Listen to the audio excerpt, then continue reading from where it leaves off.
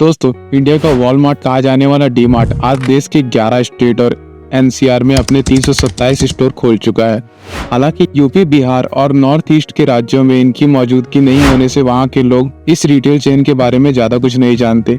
लेकिन दोस्तों, D mart और उसके फाउंडर राधा कृष्ण दमानी की स्टोरी जानकर आपको विश्वास हो जाएगा कि राइट प्लानिंग और कंटिन्यूअस एफर्ट से किसी भी बिजनेस को सक्सेसफुल बनाया जा सकता है। आज डी मार्ट जब अपना कोई नया स्टोर खोलता है तो आसपास के कई किलोमीटर के एरिया में कोई इंसान किराना स्टोर खोलने की हिम्मत भी नहीं करता, क्योंकि जिस रेट पर बाकी के किराना स्टोर माल खरीदते हैं उससे भी कम रेट पर डी मार्ट अपना माल कस्टमर्स को बेचते हैं। राधा कृष्ण दमानी वो शख्सियत है जिन्हें इंडिया के वॉरेन बफेट कहे जाने वाले राकेश झुनझुनवाला भी अपना गुरु मानते हैं।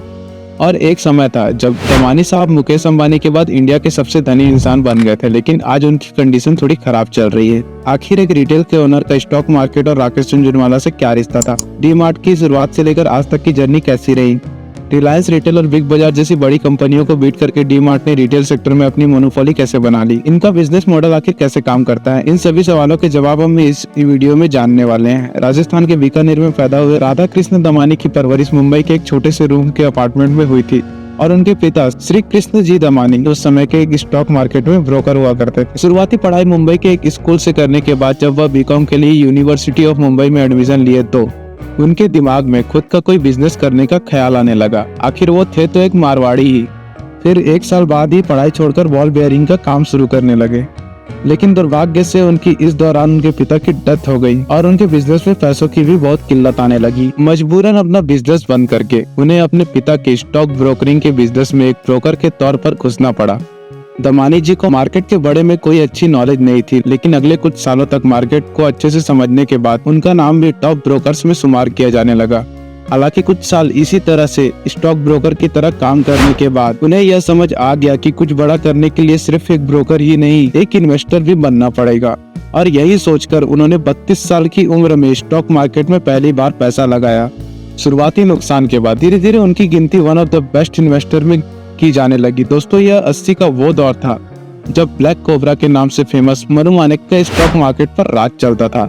Manu Manik where cotton team के मुखिया माने जाते थे और शॉर्ट सेलिंग करके तगड़ी कमाई करते थे। यानी कि दोस्तों, वो शेयर मार्केट का प्राइस गिराकर प्रॉफिट कमाते थे। बड़ी बड़ी कंपनियां भी मनु मानिक से उस समय खौफ खाया करती थी, क्योंकि उनके अंदर यह काबिलियत थी कि वह किसी भी कंपनी के शेयर को बहुत कम समय में आसमान से जमीन पर लाकर पटक सकते थे।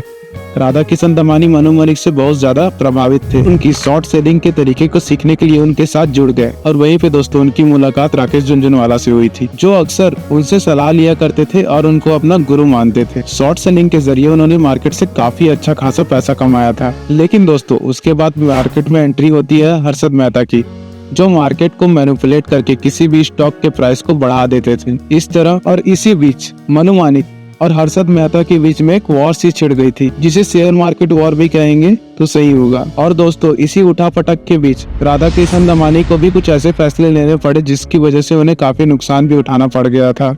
यहाँ तक कि दोस्तों, वो एक समय बैंकरप्ट होने की कगार पर भी आ चुके थे। और यही समय था दोस्तों जब उन्होंने शेयर मार्केट को छोड़कर कुछ और अपना बिजनेस करने के बारे में सोचा। दोस्तों, दमानी जी को कंज्यूमर कंपनी के प्रति एक लगाव सा था और इस बिजनेस के प्रति उन्हें थोड़ा बड़े में जानकारी भी थी, और इसलिए वह इससे मिलता जुलता कोई एक बिजनेस स्टार्ट करना चाहते थे। और फिर साल 1999 में उन्होंने अपना बाजार नाम की एक डिपार्टमेंटल स्टोर की फ्रेंचाइजी ले ली, लेकिन उन्हें इनका बिजनेस मॉडल बिल्कुल पसंद नहीं आया, जिसके चलते उन्होंने कुछ और करने के बारे में सोचना शुरू कर दिया। उन्हें अमेरिका की सबसे बड़ी सुपरमार्केट चेन वॉलमार्ट का कॉन्सेप्ट बहुत अच्छा लगता था और वैसा ही कुछ भारत में भी वो शुरू करना चाहते थे।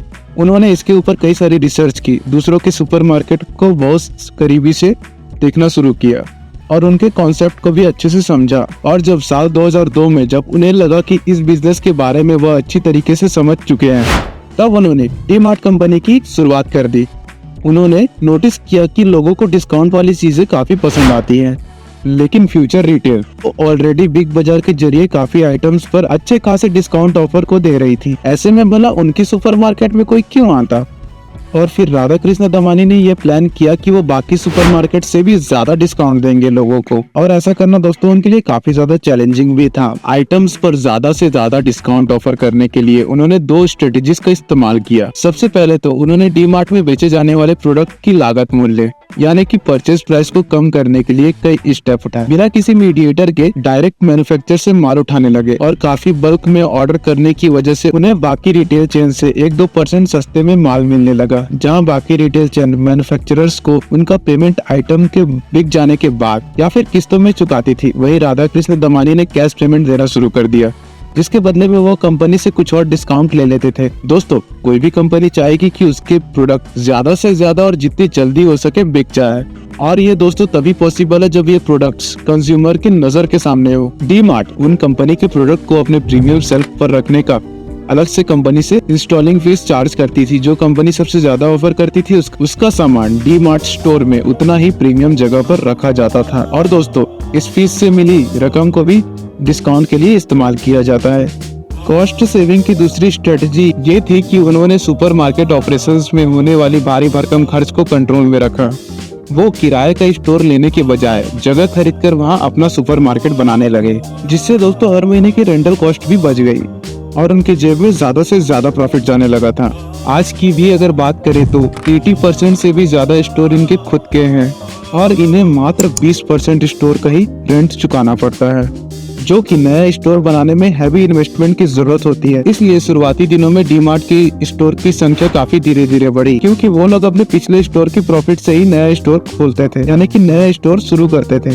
यानी कि शुरुआत इनकी भले ही स्लो थी, लेकिन बाद में जब इनकी स्टोर्स की संख्या ज्यादा हुई तो इनका प्रॉफिट भी ज्यादा बढ़ने लगा और फिर डी-मार्ट का रैपिड एक्सपेंशन होने लगा।